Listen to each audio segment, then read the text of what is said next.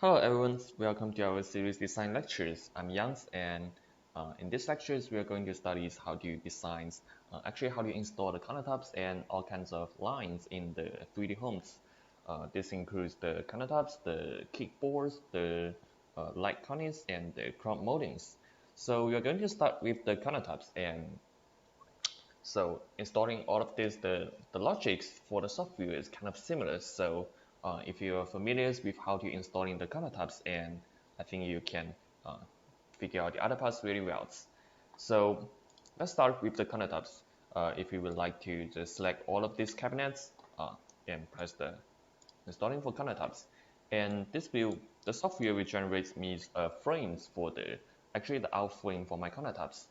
So uh, since I know that my cabinets, actually the carcass depth is 560, so I would like to have for the first part, I would like to have my countertop depth to be 600 or 610.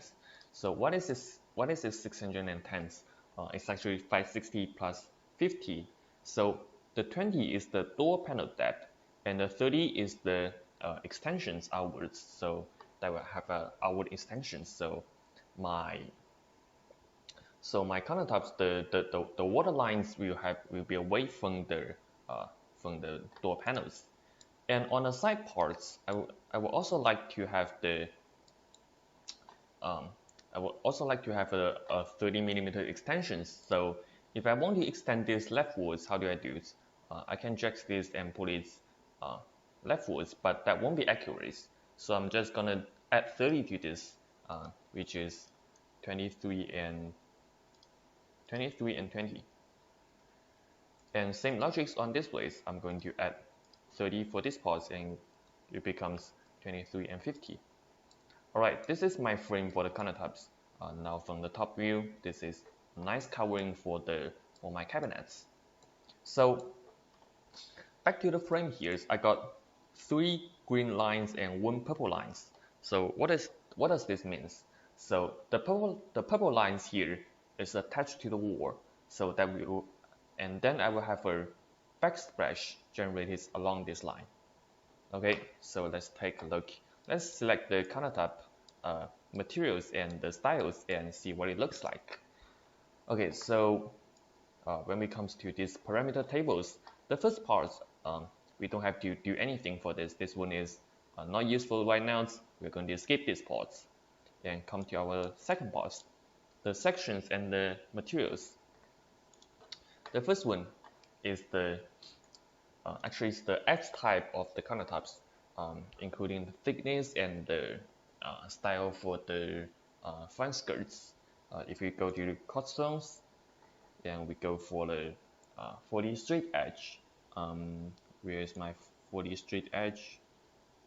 40 millimeter straight edge. The 40 here stands for the overall thickness. So I will always have a 20 millimeter thick panels or 15s, but the overall thickness can be will follows the thickness for the skirts. For here it's 40 millimeters, and for the backsplash, I'm gonna this is the only available ones for the customs, and I can choose for the adjust the height for my backsplash. The standard backsplash height is 40, so I'm just gonna follow 40 here, and then after setting up the style, the structures, and the backsplash for my countertops, I'm going to select the countertop materials right here. I'm going to go for the Alpine's P1 series, 101. Press OK. Okay. Alright, now I have a countertop generated. As you can see, I got a 40 millimeter thick backsplash. I got this 30 millimeters extensions outwards on this sides, and this is my countertops. So this is the standard case for the countertops. So what are the common non-standard case for the countertops? We can move to this case. And now if I select the countertop foot here, and then I install the countertop again. So in this case, as you can see here, since this side is attached to a fake door, it will also automatically generate me a backsplash along these sides. So if we try this, if we set up the depth to be 610 and this part to be at 30 to be 23 hundredths. Cordstone styles, I'm going for the 40mm straight edge. The height of the backsplash and the materials for the cordstones. If I press OK, and as you can see here, I got a backsplash automatically generated on these sides. So what if I don't want to have any backsplash on these sides? What do? I can delete this and then reinstall the countertop. And for now, I can select these lines. I can select these ones. Click it, and then when this line turns green, that means that there won't be any backsplash generated along these lines. And also, I can, for example, I can go for another height of backsplash. For example, I would like to have a higher backsplash, let's say 120, and then I go for the standard materials, and then I have a, wait, something wrong is happening in this one. I may need to reinstall the countertop.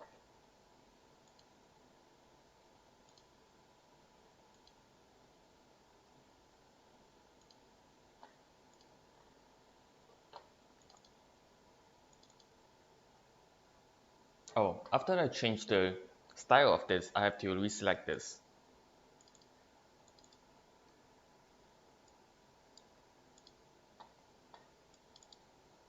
Alright, then I select this line, I select this, and make sure this line turns green when I press OK.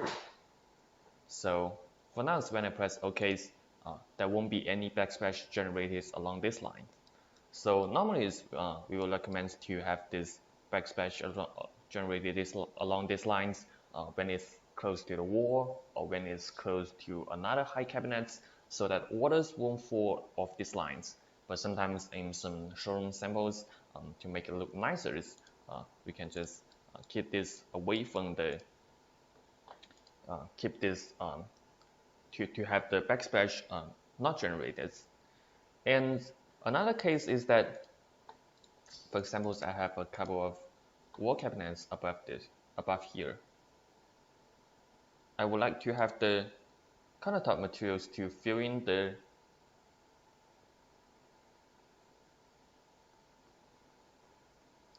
space between my wall cabinets and this the walls, to fill in the walls on these parts. What do? I can make an extra height backsplash. For example, for now the height is 1419 minus the 660, which is 770. I will need to have a 680 height backsplash.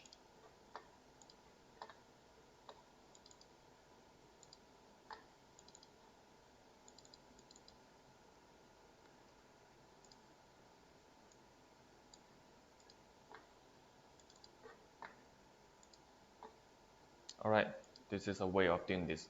I forgot to change this size to not generate backsplash. Okay, this is how I generate the countertops. And the same logic for the kickboards. If I would like to generate the kickboards, for example, for these ones, I would like to select all of these cabinets, and then I generate kickboards. So still the same ways, I have these frames right here. Normally I don't have to adjust anything for these frames right here. Then I can just choose the models for the kickboards and choose for the materials for the kickboards. Usually I just need to choose the height here. Usually I'm going for the aluminum kickboards. Sometimes I go for the door materials kickboards or the plastic kickboards. And for here, my off-ground distance is 110, so I'm going to actually go for the this 105 height aluminum kickboards. And then I can choose for materials. I got two options here. It's either the black aluminums or the silver aluminums. More often I would go for the silver illuminance, and then I press OK. This is well generated. A special case is that when I'm generating the kickboards for the corner cabinets like this, especially when I don't have the filler installed yet, I got two frames like this. I don't want to have the kickboard generated this way. I want these two frames to be linked to each other so that I can have a nice kickboard generated. If I generated it this way, what does it look like? If I press OK, then I will have this kickboard generated separately. These parts in a U-shaped kickboard, and this a U-shaped kickboard as well. So for now, I'm going to delete these two parts and regenerate it.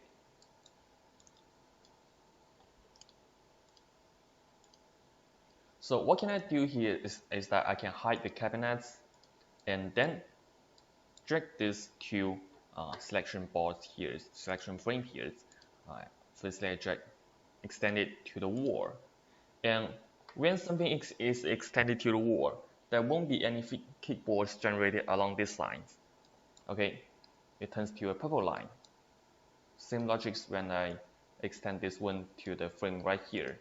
And then when two green line is completing with each other's attached to each other, there won't be any kickboard generated along this line.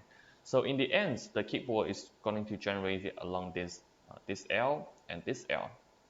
Okay, so I can display cabinets and can select generates. Okay, so for now, the keyboard is generated along these lines. It's a kind of the nice W shape or the M shape. Okay, this is when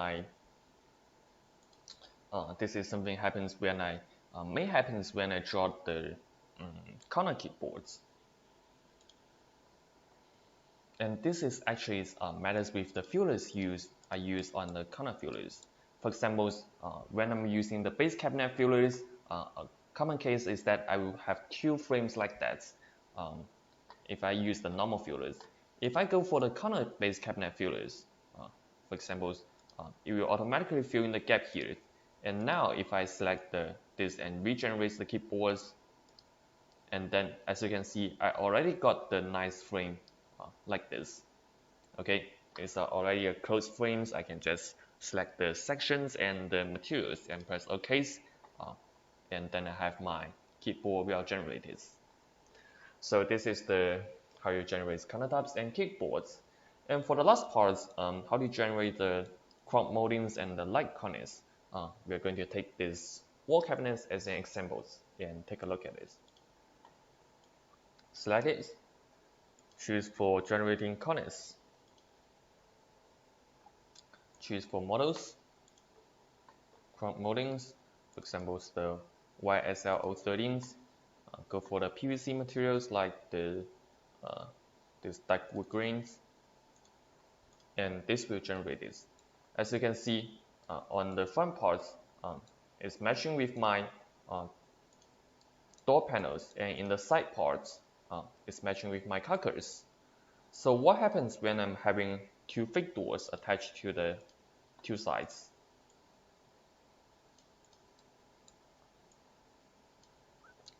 If I'm having two sides fake doors and we choose the installing for cornice, as you can see, the frames will automatically extend to the side parts.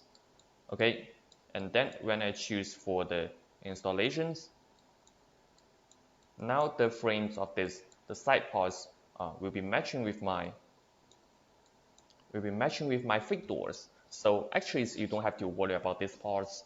Normally, you don't need to do anything. Just go for the right materials and the right styles and press install. Then you're good. So installing for the, especially for the cornice and the fillers, top fillers and the kickboard is quite easy. And then installing for the light cornice. Same logic, double check the frame here, make sure it has covers the fig door and goes to the edge, the endpoints of this size, select the models, select the material. Usually this is a PVC materials available, and then as you can see, the frame, the out frame, the side frames, and the front parts are on the front is matching together with my with the cuckers. If I want to make sure it extends to the top of these panels, I can extend the frames. But normally for the light cornice, I will have it stay this way. So in case I would like to have it extended to the front, when I'm installing the light cornice, I can hide the cabinets, select this, make this a little bit 20 millimeters more in depth, and then I press generate. Now this one will match with my fig doors and the front panels. Okay, this is how the installing for the light cornice works. This is everything about generating the countertops, light cornice, kickboards, and the moldings in 3D homes. Thanks for watching. I will see you in next lecture.